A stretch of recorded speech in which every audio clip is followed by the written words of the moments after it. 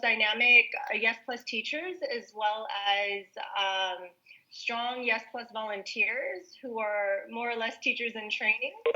And we also have all our international leads. So those leaders around the world that are taking ownership of citizen peace and bringing this opportunity to their respective countries. Today's agenda, if you can go to the next slide, Christina, that would be great.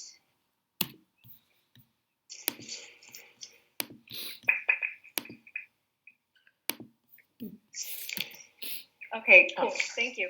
So we'll spend a short bit just speaking about the different outreach channels, because I think, well, on one hand, some of us have experience doing some of these things, and for some of us, it's a new activity. So we'll go through the different outreach channels that we've identified, speak about, what are some of the best practices as far as outreaching to university student clubs and organizations. The same for organizations in general. A quick note about outreaching to university administrators, and then we'll go over the packages, pricing, and available materials, and of course take all your questions and see how we can best support. Next slide. Okay, cool. So for the outreach channels, as I had mentioned, we're all playing different roles. In a sense, first and foremost, I think our number one role, I hope you all agree, is that, we want to bring as many people as possible from our Art of Living and Yes Plus network of youth. These are folks that have, already done some of our programming, are very engaged or newly engaged with Art of Living and our communities. These are the ones that we really want to inspire and enroll to come and represent their different countries at this Global Youth Leadership Forum in New Delhi. And so that's something that all of us can be actively working on as a first step. And then beyond that, really looking more out at the outside networks that exist around us. Yes Plus students and teachers, a really great way that they can get engaged is by really just focusing on university campuses, specifically student organizations. And there are two main ways that they can engage them. It's not limited to these just two, but two is attend as a delegate themselves. So reaching out to a student organization, promoting citizen peace, inviting them to apply and attend. On the other hand, we can also approach these student organizations to send representatives, groups of youth delegates that represent that club or that university. And then in addition to this, we have organizational outreach, which is really a function or a responsibility of the outreach team. We have some designated people around that, and something that, the right people internationally can also work on. And that's where we really focus more on engaging different organizations and university administrators. And again, they can come as a special guest or send representatives. So I'm going to hand it over to Uma now, and she's going to speak more specifically about outreaching to student organizations. Sure. And as I kind of move into this next slide, Christine, actually, I also want to give a shout out to Kimmy, who is on the call right now. And Kimmy, if you can, I don't know if you can unmute, or you can unmute Kimmy, just so everybody can see Kimmy's face. So Kimmy is actually going to be your kind of help desk, your point person around outreach to university student organizations. So I don't know how many of you know Kimmy, but she is a powerhouse from the University of Wisconsin in Madison. She actually started off her journey as a Yes Plus student several years ago, where she just kind of immediately threw herself into volunteering and organizing and really building one of the strongest Yes Plus campuses I think we have possibly in the world. So they have regular courses. They've had up to 80, 100 people on their courses, and it's its own community. It has its own flavor, its own vibe, and it's actually been celebrated as one of the strongest clubs on campus. So she is clearly going to have a lot of value to be able to bring to the team. The amazing thing is she went from the journey of becoming a Yes Plus student to actually becoming a Yes Plus teacher while she was still an undergraduate. So really happy to have Kimmy be playing this role. So just to kind of go over in a little bit more detail some possibilities when we're thinking about whom we can be reaching out to and partnering with within universities. So when we're talking about student organizations, this includes, any type of club. It could be service organizations. It could be leadership clubs. It could even be related to any of the themes of the conference, including business. It could be related to media and communications. It could be related to government, international affairs, social studies.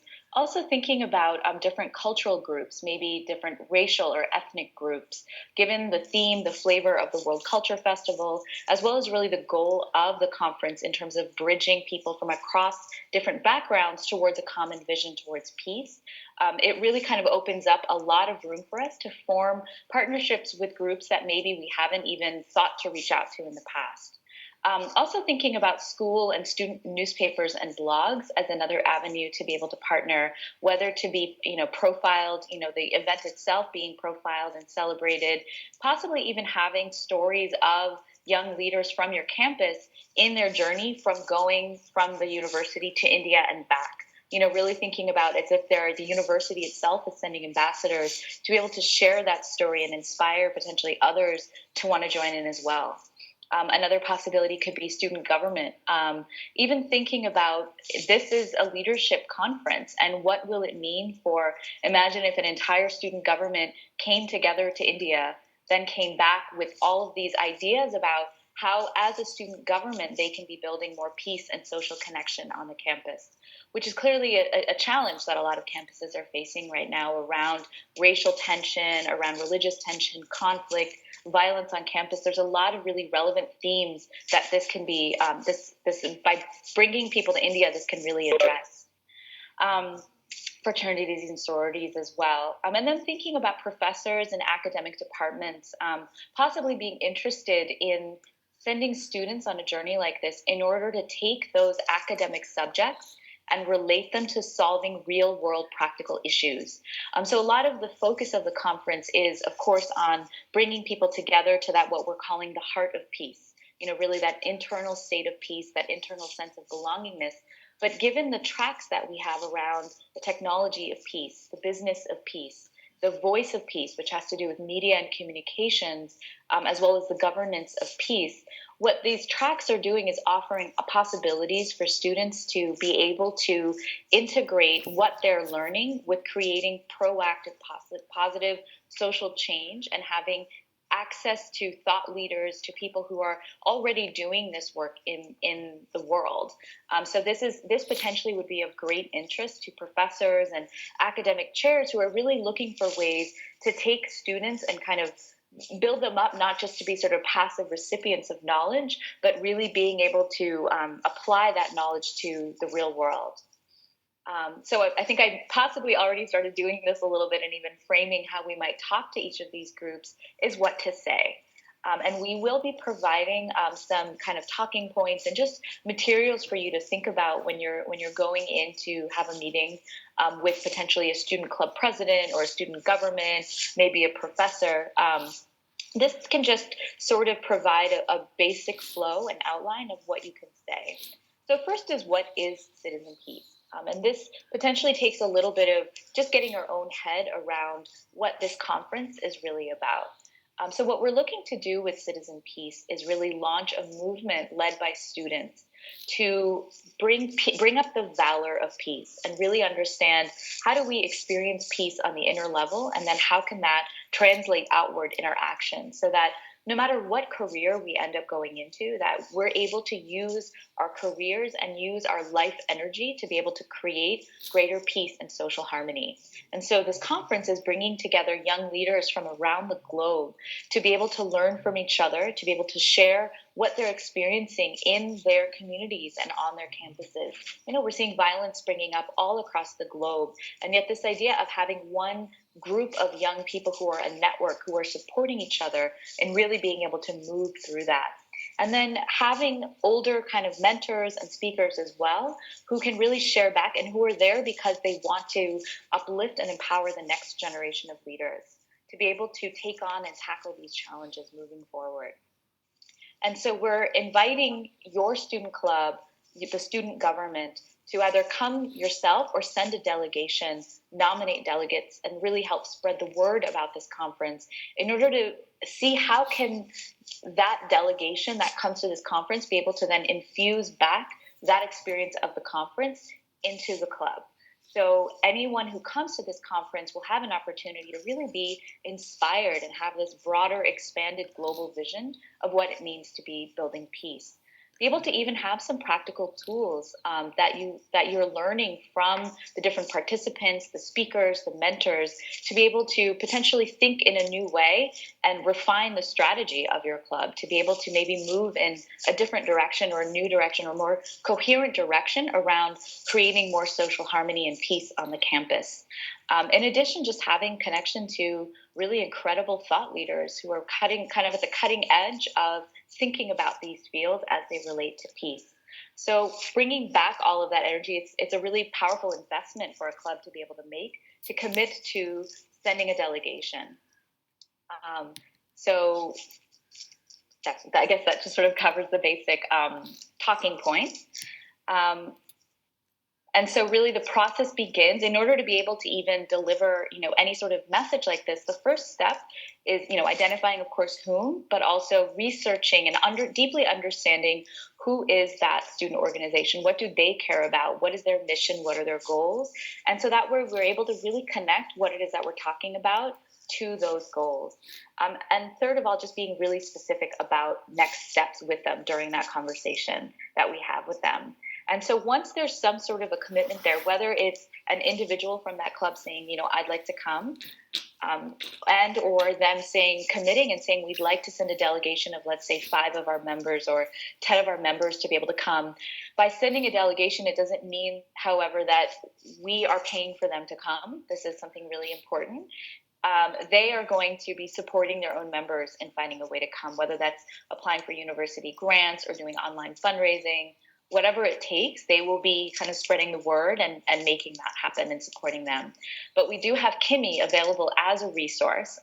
So the next step after that initial commitment is made from that club is to email and connect them to Kimmy. You'll all have Kimmy's email address, as Kimmy will be able to provide them with all of the relevant links, the application forms, e-flyers, and even if necessary, be able to do connect them with an informational kind of session or a webinar for their members to get a deeper feeling and experience about what is going to be happening during it. But of course, it's really important, especially if you are that local club, that local university person, for you to be the one to kind of continue to follow up and really take care of this group. I think really keeping in mind that in all of our partnerships, what we're really doing is we're establishing a long-term relationship where we really honor and respect the work that club is doing. And we are hoping that we'll be able to continue that relationship and continue partnering and working with them beyond the conference. And then, of course, when they come to India, taking really good care of them. So I think we can move it on. Oh, and Christina will also be available as a resource. I just noticed that. Cool. So I'll speak a bit more about how we can engage with youth and peace-based organizations. And the people who will really be doing this outreach will be a core team in the US, about 5 to 7 of us. So we've got designated people to play this role, teachers and volunteers who have experience liaising with organizations representing the foundation. And then, of course, all our international leads that are on the call or perhaps watching this later, this is a great way that, you can mobilize key folks within your community with the skills, who have the skills to interface with organizations and represent the foundation in your country. So who do we reach out to? There's a number of, if you Google, you'll find a number of local peace organizations. There's a lot of international peace organizations as well. Youth leadership organizations and fellowships, also peace organizations, any national or global organization that works to develop peace across all of its forms. It could be targeting a particular group, the environment, a certain cause, maybe conflict resolution, media, social harmony. And then also in this category, we're including university leaders. So not the student organizations and clubs that Uma just spoke on, but higher level positioned people such as deans, department chairs, administrative heads, the director of a counseling center, for example. And these guys are also really wonderful people to engage with in this outreach process. And I wanted to share with you that incidentally, coincidentally, the United Nations Security Council recently adopted a resolution for the first time ever, a new resolution on youth, peace, and security. And the resolution, this was just in December, and the resolution I'm reading from their website calls upon all member states, so basically all the countries that are part of the United Nations, to live up to this commitment and establish integrated mechanisms for the full and meaningful participation of young people in peace processes and to combat violent extremism. So for me, like, I just think that's incredible and amazing that it so succinctly, matches what our mission is with Citizen Peace. And Citizen Peace could really be a wonderful vehicle for these different member states to utilize to participate and live up to this, new resolution coming from the United Nations. So that's something you can think about as you start engaging, especially internationally, different global international organizations who would be invested in furthering this mission that the UN has put as well. So we could be that vehicle for them, make it a lot easier for them. And what do the partnerships entail? Basically, there's two main tracks. Our preferred, the most awesome arrangement would be one of these organizations sponsoring and sending a delegation of representatives. So people, youth who are representing the organizations, ideally in groups of 10 to 50. This is something that we're focusing on here in the US. We're already speaking to a handful of different organizations around this. And so, beyond our Art of Living network, we would really love to see the hall filled with a mix of people who are new to Art of Living that we can inspire, and also, of course, our existing community members.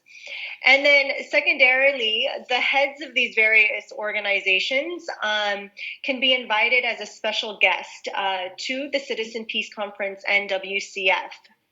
And as far as the talking points go, they're really much the same and in line with what Uma just shared. What's really important is that, we take the time to research the organization a bit, understand it, have a conversation. It tends to be a much more personal type of back and forth and engagement where we get some understanding around their focus, their goals, and that will help us take these various talking points and frame them in a way, contextualize them in a way that makes it very relevant to those respective organizations' missions. So this is a very important step. And we'll be sending you, as Uma mentioned, some guides for these two different categories, student organizations and youth and peace organizations. Christina, if you could go to the next slide, that would be cool. Thank you. In the US, the team that's leading this organizational outreach is myself, Jamila Carver, who's one of our longtime Yes Plus teachers, Uma, who you all know here, and Johan, her better half, her second half, who also looks after TLEX. And we have maybe a couple more people. So similarly, just as we've put a core targeted team to work on this specific set of tasks and responsibilities, we really encourage all the international leads to identify a handful of key people in your communities that have the experience of working with different organizations and experience representing the foundation as well, so that you've got a solid team that can work on this. Right. And just to kind of add to that, I think it would be helpful if we can just sort of be coordinated about it. I think in particular when it comes to any international organizations, because we the main thing when it comes to making, outside of a university context, when we're talking about, large, professional nonprofits and NGOs, just sort of the coordination, the way in which we engage with them, we want to make sure that we're being really consistent and clear, that multiple people aren't all reaching out to the same person, that we're sort of following through. So, when it comes to kind of more local city-based organizations, there can be definitely some freedom and leeway, but when it comes to larger ones, just reach out to me, Jennifer, Jamila, or Johan, and we'll just kind of make sure we coordinate that. And to this end, this important point that Uma just made, we will have a Google Doc, an international Google Doc that will list all the different organizations we're engaged with and who their point of contact is on our side. And what would be really great is, for example, if, one organization we're reaching out to is the U.S. Institute of Peace. And let's say they decide to send a delegation of youth and they would like to make it an international delegation, and they open up the opportunity to, youth located in other countries outside of the U.S. In that case, then we'll engage with the respective countries and, let's do this vice versa as well. It's very possible that you encounter some global youth and peace-based organizations that are based or headquartered in your country, but they may have a scope of reach within their respective communities that extend just beyond that country. So we'll use this Google Doc as a first step, but we'll also, it's important that we're in touch and communication via email so that it's all, coordinated and nothing falls through the cracks. And that's a good segue into what our process is. A process that, we think would work really well, that we found to work really well here in the US as we started to engage with different organizations. Obviously, the first is, just find out who they are and start researching them, look into their areas of focus, goals, and then start engaging them. Oftentimes this is a more personal kind of note, or maybe it's a referral, somebody introduces you. What's really important is that we're not here to sell. We're here to really just offer this incredible opportunity to really just serve and inspire them. And, with that, listen for what our shared interests are and creating that space and making it easy for them to take some type of action towards engaging with the Citizen Peace Conference. And it's also important for us to be very specific on what the next steps are. And all these different steps, we've outlined it for you in these outreach guides. So we'll make sure, they're easy to reference. But being really clear about what, as an organization, they're committing to by participating. And it's really important that we suggest that the organizations nominate their youth delegates or their youth representatives versus just doing an open call and sending youth. So we really want to position participation in this conference as something very novel and something that's special, because of what this youth has done, because of their leadership background, or because they're looking to grow and become a bigger leader, or pursue some type of mission or purpose around peace and youth leadership, really setting that platform for them to sign up. So we'll have an application process. It's important that with that you list a criteria of who makes a good delegate, and all of these we'll send to you. And you can also offer them an informational webinar that can be made available. And if you come across an organization that would like to do something like this, please just reach out to me. And then between myself and the other, organization outreach team in the US, we'll make someone available for that. And then as an important next step, you want to connect them to Kushbu, who we lovingly call Kushi. She's here on the call. Maybe Kushi, you want to wave your hand and say hi to everyone? Hi, everyone. So Kushi is basically the glue that is going to be holding all these different pieces together. And she's the one that's really there to help guide, all the different contacts, keep you informed, and make sure everything processes smoothly, provides them with whatever resources and materials that they may need. And also be tracking as well. So she'll be a good person if you're like, oh, I just met this contact. I wonder if anyone else is reaching out to them. Because she would be an amazing person to be like, hey, do you know about this? Yeah.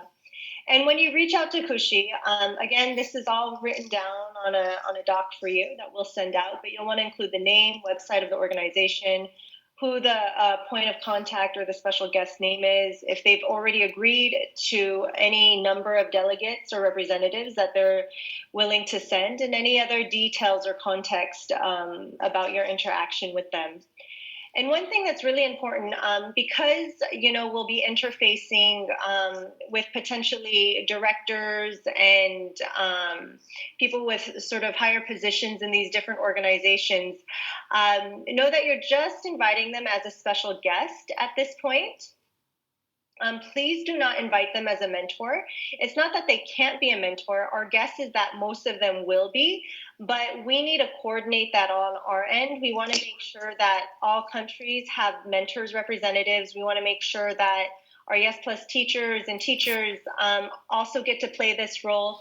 So, and it also depends on the number of attendees. It's a function of that. So we have our own sort of process for determining who will be the mentor. So as a first step, please don't invite them as a mentor. What you can do is send a private email to Kushi suggesting that this person be considered as a mentor, and then we'll look into it. And the same definitely goes for speakers, by the way. We are actually going to have a very limited number of speakers, because for the most part, this is going to be a very interactive, process-oriented type of thing, where all of the participants will be sharing and learning a lot. And once you invite someone as a speaker, you can't uninvite them. So we're being incredibly careful about who we're inviting. And also for all our, international leads, you can invite special guests as what, Art of Living is coining as, an honored guest, a distinguished guest, or a regular guest. And I think each country has their process for generating one of those official WCF invitations. So on our side in the US, Kushi is going to be the person that can help you with that process. For all the other countries, you'll want to contact your local WCF country coordinator to find out what the steps are for that. And then lastly, but not least, just follow up with the contacts to see how everything's going. And then, of course, we'll all meet up in India. And next. Okay, so one note, as I mentioned earlier, 2 slides back, in addition to youth and peace organizations, department chairs of universities, deans, heads of various departments like the Wellness Center, the Counseling Center, these are also really great contacts to engage with. Here in the US, this is really a message more for our core team. We have a set group of teachers who are trained and qualified to be account managers to this end. So if you would like to engage a higher administration official, please contact Kushi, and she will put you in touch with one of the approved university administration account managers. The reason we have this in place is that we have a history of engaging with higher education administration, and we engage with them as representatives of the Art of Living Foundation, or in some cases, the International Association for Human Values. We don't go to them as representatives of the student club. It's a very different type of dialogue and dynamic. So it's important that, we engage the account managers to take on this responsibility, because they have a lot of experience doing this. They're well versed in the talking points. They're well versed in what it is that, Yes Plus does, how this ties to Citizen Peace. They're also very familiar with what's going on in other campuses and universities, so they're well positioned to answer questions as well. So this is a specific group doing this. And then as far as all our international leads, if this is something that you would like to do, maybe you're already doing it, in fact, but something that you would like to do, as we roll out Citizen Peace, you're more than welcome to reach out to me, and I can provide, any guidance or materials on that. So that's it. And I think that really kind of wraps things up. I'll hand it back over to Uma, who will kind of go through some of the last nuts and bolts around this. Yes. And I'm sure I'm hoping that everyone will have questions, because that'll mean that this is an engaging enough presentation. So one thing to be aware of, I think many of you got an email about this, is that we have a wonderful challenge ahead of us, is that by tomorrow we want to have 200 people registered for the conference between the US and the global team. And so while we do have generally the nomination and the application process, we are allowing people to actually register between today and tomorrow without having the application completed yet. It will need to still be completed, but we are kind of expediting the process. The idea being that the core Citizen Peace team is going to be talking to Guruji tomorrow or Tuesday, and we want to be able to share with him that we have 200 people already registered for the conference. So the first step for every single person on this call is that if you haven't registered already, we will be sending you the link if you don't have it already, and we would like for you to register right away for the conference.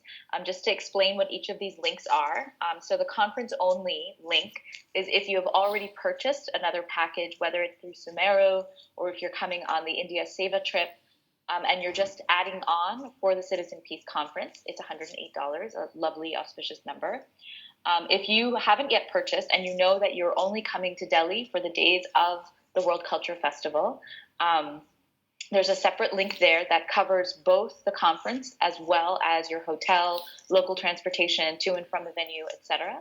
And so you can see the prices there. And then if you're choosing to do the 10-day package, which is the conference, hotel, the flight from Delhi to Bangalore, as well as a program at the ashram, like a silence course, that link is also available there. Yeah. So the first step is you registering. Oh, yep. Sorry, I just want to add one footnote. Program at the ashram, for many of us, that would mean doing an Art of Silence course. We'll also have either a happiness program, quasi Yes Plus program geared towards our non-Art of Living guests to the Citizen Peace Conference.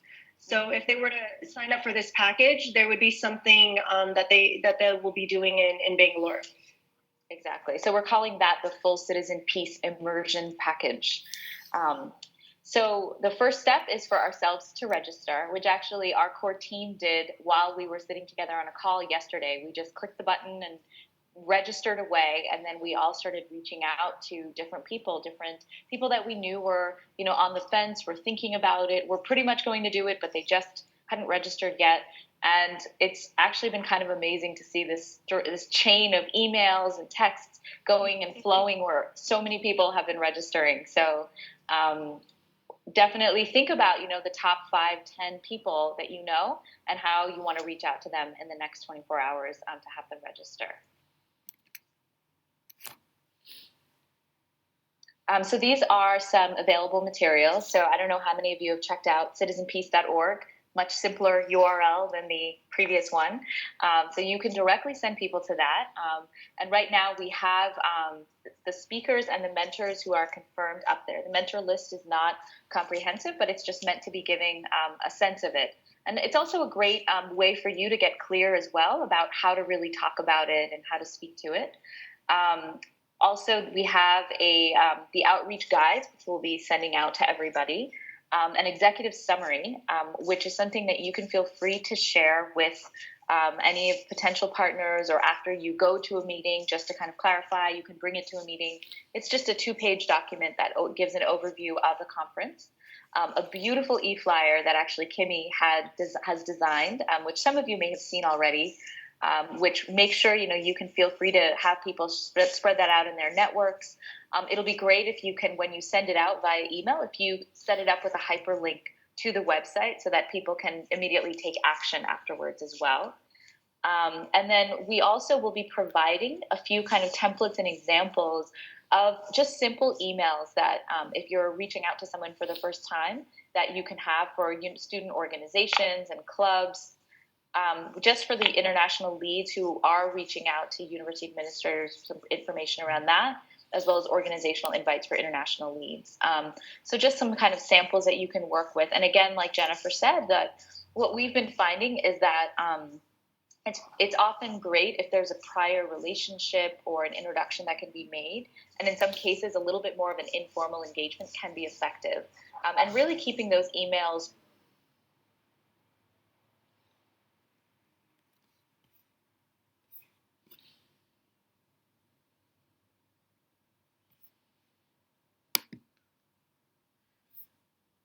keeping that in mind. And we will be sending out that packet by Monday. All right, now it's your chance to talk to us. Please let us know. Thank you, Uma, and the whole US team for this initiative. It's Camille speaking from France. Oh, yes, Camille has good stuff to share. Immediate question I have is just how many people registered since you sent the link for how many people you have registered now? Kushi, do you have a sense of that? Because I know you were the one who set up the event, right? She doesn't actually have access to it yet, but I think based on kind of all the chatter that we've seen in the last 24 hours, actually less than 24 hours, I would say probably close to 50 maybe. Do you think that's fair, Uma? Probably, yeah. Yeah, pretty much all our teachers that are definitely going to India and going to be there, and then a lot of the Yes Plus students have signed on. So we're probably at 50. I see. Yeah. So we have All right. to go. Yes. Okay. Okay, very good. Yeah. Camille, when we were chatting the other day, Yeah. you shared this thing about how students from universities had come, outside of Art of Living had come to some of the events you guys organized. So that's really a great success story or a great example. Do you want to share about that? Sure. So basically, there is this system called Vendices that Krishi came up with through his connection, a friend in the US. I don't know if you're on the call, Krishi. Anyway, so through this software, Vendices, it's like automatic software that will, you put in some email. So in our case, it's like universities contact, and it will generate message to target people in the universities, people who have the, let's say, the power to decide if a student can become a delegate for our conference. And it's automatic, so we don't have to do the follow-up in the first stage, which is very much time-consuming and energy-consuming. So the software will just deliver you the person to contact when the person is interested. So obviously, we have to put thousands of contacts at the beginning. So at the end, we can extract, 50, 60 universities that are interested in the project, in the conference. And we did it in the past for the World Youth Forum for Ethics in Business in Brussels. It has worked. I mean, it was successful in the sense that we had maybe 6, 7 delegates, many from US. So this is a good news for you guys. Yeah. A lot of US universities were able to, in a very short time period, to finance and take the decision, okay, we send a delegate because we think it's good for them, and they had the vision, they took it up. So many universities in US and in Canada did that. However, in Europe, it was much more limited in that sense. It's like, I don't know, here the way of processing takes more time. So that's my main concern, I must admit. I don't want to put the Kalpa or, bad intention, but time we have now until March is quite short. And actually, right now I'm in a student fair in Paris, and I've spoken with a few schools that are here, and they say, yeah, it's very interesting. It's a bit short in time. Our students will have some of them. They will have the exam in the same period. So it's like, my main concern is to how we can promote it the best in that length of time. Yeah, you bring up a really good point, Camille, I think, especially when we're thinking about partnership with organizations. Really across the board, that now is the time to be acting. I would say in the next week to 10 days is when we're going to need to be kind of really quickly getting into gear. This weekend, here in the US, it's a long weekend. It's a good time now to just buckle down, do that research, kind of prepare everything, and then reach out to us if you need any support or ideas, and then from there, just kind of get into action right away. What we'll probably do is, because we don't have enough WhatsApp groups, create one more connecting all the international leads, so that, we can also share our success stories. What I love about the story Cami just shared is that, there were a handful of youth from universities all the way over in the US who had never heard of Art of Living before, who were not plugged into Yes Plus, but they were inspired and interested with, the World Forum for Ethics in Business Youth Conference in Brussels some time back, and that was, that empowered them to go and travel across the globe and participate. So that possibility, it's a real great example that possibility and potential is there. For us to engage all the organizations, and university administrators in our respective areas. Like this conference is something that's really great for them, and we're getting such great feedback. Yeah, I would say almost every, we've actually been as a kind of a core team, even before we had all these materials ready, we've been able to just sort of reach out and connect with a lot of organizations as well as pretty high-profile individuals about this. And I can tell you, I don't think it's happened even one time that I've engaged in a conversation with someone where they weren't completely inspired by this, and their attitude was, how can I be a part of it and how can I help? It's really not a matter of saying, hey, I need you to do something for me by coming to this event, but the more we are coming from that space of, this is also yours, you're also a part of this thing, and come be a part of it, and we want to hear from you and have you engage fully in this as sort of a broader platform. It's been really effective so far. So, are there any other questions or comments? Anything that we can answer? Camille, can you mute yourself so that I think it's a bit of noise? Hello, I'm Valentina from Spain. I don't know if you can hear me. Yeah, I can hear you. Hello, nice to meet you. I'm here with Nati Biasi. We're from Spain. We need to know about if you have an advice or tell us how can we invite the speaker, like an educational speaker, to the event. Yeah, for that, like if you have any material, any letter, any cover letter to. So Nati, as a first step, and also, sorry, and if we need to pay everything for that speaker, to prepare that speaker to go to India, or the organization will help us with some money.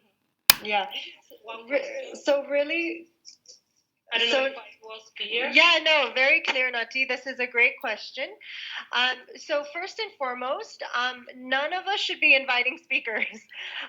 The reason why is we already have about 4 or 5 confirmed, and Gurudev has given us the direction not to invite anymore. So there are a few more people in the pipeline, so to speak, that could become potential speakers, but we've actually been told not to invite anymore. So very important that all the different, country leads, as well as our Yes Plus teachers, that you do not engage people to invite them as speakers. Now, however, let's say you have a really phenomenal contact and relationship with somebody that's very high up and they're already coming to WCF and you think it might be great for them to participate in some way. In this case, please just send a note to Uma and myself and then we'll look into it. But firstly, we're not, none of us, myself included, we're not inviting any speakers, any more Right. speakers. Exactly. And in terms of really framing and even negotiating around that question that you had, because this is something that's come up with some of our other speakers around whether we'll be covering expenses, whether we'll be providing an honorarium, et cetera. It's very clear that, any additional income that we have coming in from the conference, we want to be able to use to support if there are young delegates coming from less economically advantaged backgrounds. We'd prefer to be able to spend that money to support them coming rather than paying fees for somebody to be able to come or covering expenses. So a lot of that, that nuance of that relationship, it's actually just been me and Johan at this point from the whole global team that have been handling that, because we really want the entire experience to be very streamlined and for that relationship to be very consistent. So again, like Jennifer said, please do not invite other people to be speakers. Yeah. Okay. Yeah, it's really good to know for us. We are working many contacts, so we will send it to you. So yeah, you will have all the information. And I have other question. You sent us 2 letters, and in the last one, the letters to invite young people, and the last one. There is a comment. El comentario. The comment which says, here, I'm going to read it, and I don't get it. Like a deadline. We have a deadline to send us. Yeah, I talk about some paperwork. Please send the paperwork before 15th of February, but in the whole letter doesn't mention anything about paperwork, so it's not really clear. Okay. What kind of paperwork are you talking about?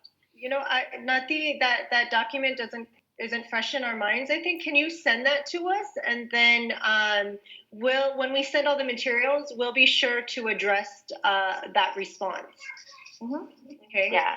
So in terms of what is available as sort of what might be considered paperwork, the main things are a nomination form, which is on the website, where you can, if you feel like it's going to be, this really creates a seat of honor for people, even among Yes Plus students. If they're being nominated to attend and then they receive an invitation from us to say, you've been nominated, please apply, that, creates a certain platform. So that's one kind of thing that might be considered paperwork. The second would be the application form, which everybody must complete, including if you register this weekend. Everybody has to complete this online application form, which is directly available from the website.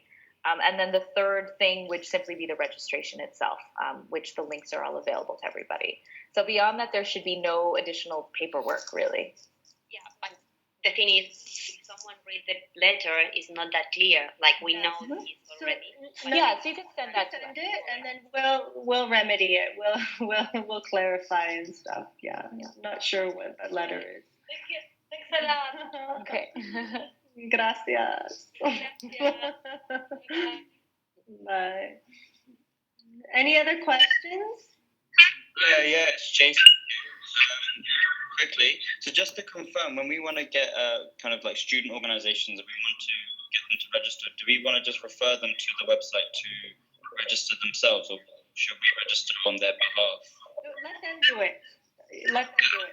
Let's say you're speaking with a student organization and they've got 100 members in their club, right? And you can inspire the lead who you meet with to nominate some people to attend.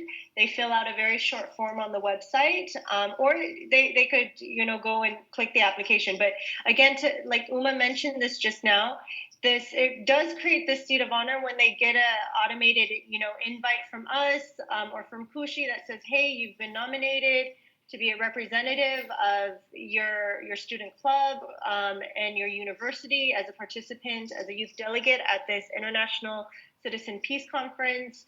It's a nice approach that we've seen work really well here. So the best thing is to ask whoever you're speaking with to nominate a group of representatives.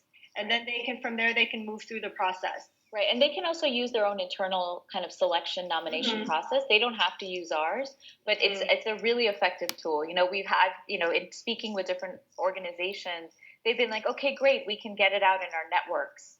We really said, no, you can definitely do that. That's great, but we would actually prefer if you say you would like to send a delegation of, let's say, 10 people, if you select the people that you feel will be the most powerful representatives of your organization. Those are the people we want. How does the actual, so like, for example, the student then goes onto the website, they then click apply now on the website, and it takes them to this Google Docs. And then after they fill out the Google Docs, would someone follow up with kind of the packages and the payments afterwards, or? Yep. And when you're partnering with the organization, however, or the student club, you can also directly give them the link to the application as well as the link for registration and let them handle it themselves too. So those are kind of two different options. You can either have it be, essentially Kushi is going to be that mastermind behind all of it, although a lot of it will be automated, but she'll sort of be keeping track of it. Or you can directly, at that point, when you've made that connection, if you introduce them to Kushi, Kushi will send them all of the materials for them to be able to take care of it all themselves. I see. Okay, cool. All right. Just because from this Google Docs, it was a little bit confusing because once they fill it out, what happens then? That's all I wondered. Yep. Yeah, there's a whole back-end system in place to make sure that everybody's taken care of in their move through. Mm-hmm. Yeah, questions, just reach out to us. We'll look into it, and if anything needs a bit more attention. Okay. Any other questions? Hey guys, this is Vamshi here from UNCC. Hey, Vamshi. Hey. Hi. So the other day, I was talking to the director of Multicultural Resource Center here at UNCC. I told her about, what Citizen Peace, what we are trying to do, and the Citizen Peace Conference. She was really excited, and she right away asked me, what can I do? So I was stuck there, what to really ask, what to expect, and where we are heading.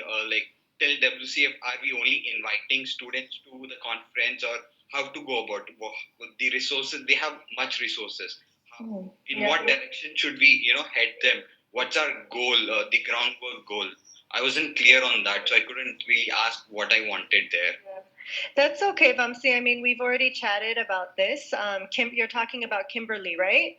Yeah, yes. Yeah, so this would be an example where, myself or one of the other account managers would come in. So what would be good, and I've met Kimberly already, let's set up a call with her. And then our ask or our goal is really what can she do through her influence and network to connect us to either the students that they look after within the Multicultural Center at UNCC, or perhaps other departments and entities within the university structure that might be interested and inclined to send youth delegates.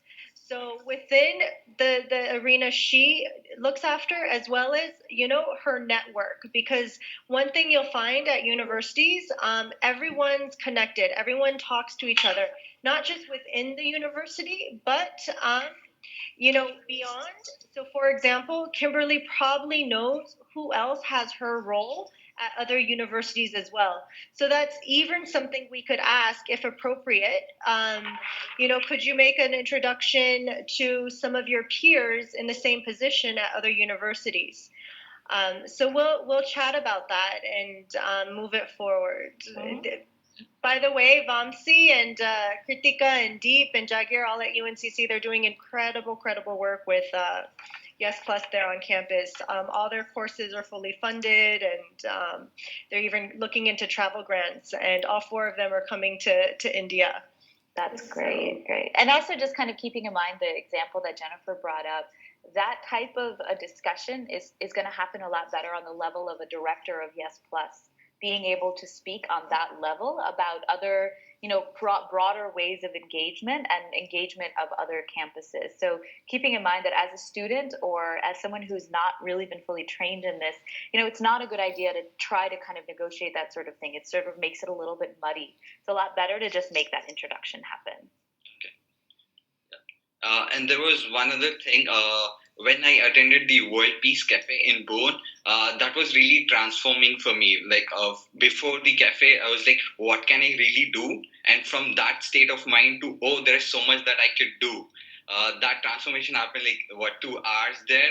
So I really wanted, if we can have such cafes in UNCG or various other universities, if we can organize before WCF, that could really inspire lots of students and be part of citizen peace. That's what I feel. And if you guys can guide us to conduct those cafes on campus, that will be really great.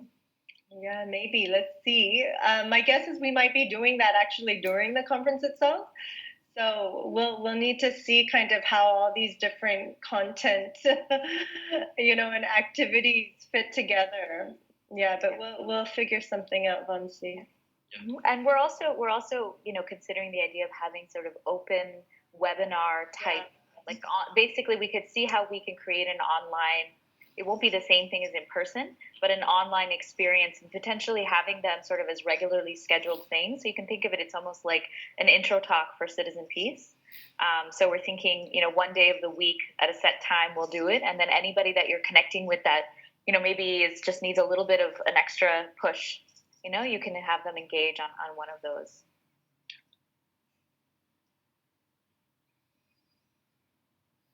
Okay, so we're nearing just about at an hour. It's been great to be here with you all. We're super excited. I mean, we all just participated in this incredible meditation with Gurudev, and for me personally, it's just so cool to be on this global effort, this global team towards something that's so new, and I mean, just gonna have an incredible impact. We're really the pioneers. It's the first ever conference, and it's just really an honor to be here with you all, working together. If you ever need anything, just reach out to us. We're here to support. And Uma, you want to say anything before we all You said all of the things that I would say, which is we love you. We're so happy to be on the team with you all and on this adventure together. So, yeah. All right. Okay, so we'll be in touch. We'll be sending the materials. Any questions, reach out. We'll send the guides that really detail the processes. Yep. And Kimmy and Chrissy, wave your hands. Y'all are going to be the major resources for everybody. All right. So have a wonderful Sunday, rest of your weekend, and we'll be in touch. Jai Gurudev. Jai Gurudev. Bye.